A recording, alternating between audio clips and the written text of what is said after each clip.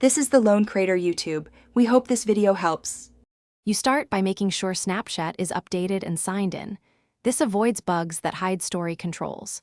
Open Snapchat, then go to your profile and confirm the story exists under Memories or Stories. Once done, clear the app cache and settings to remove stale data that can prevent edits, and reopen the app. This makes the interface responsive so you can access the Snap or Flashback card you want to remove. You now locate the actual Flashback item in Memories or your Stories list. This step matters because Snapchat stores flashbacks alongside saved snaps. Tap the snap to open its options, and use the three-dot menu to reveal Delete, Remove from Story, or Archive. Pick Delete to remove it permanently, or Archive to hide it while keeping a copy. Make sure you confirm the action.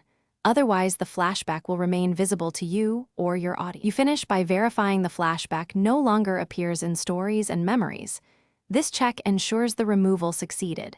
If it still shows, force close Snapchat, restart your device, and reopen the app. This refresh clears local cache inconsistencies.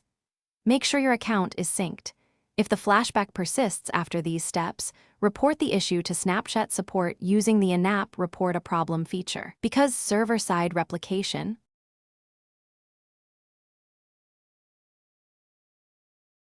Thanks for watching. Consider subscribing if we helped you.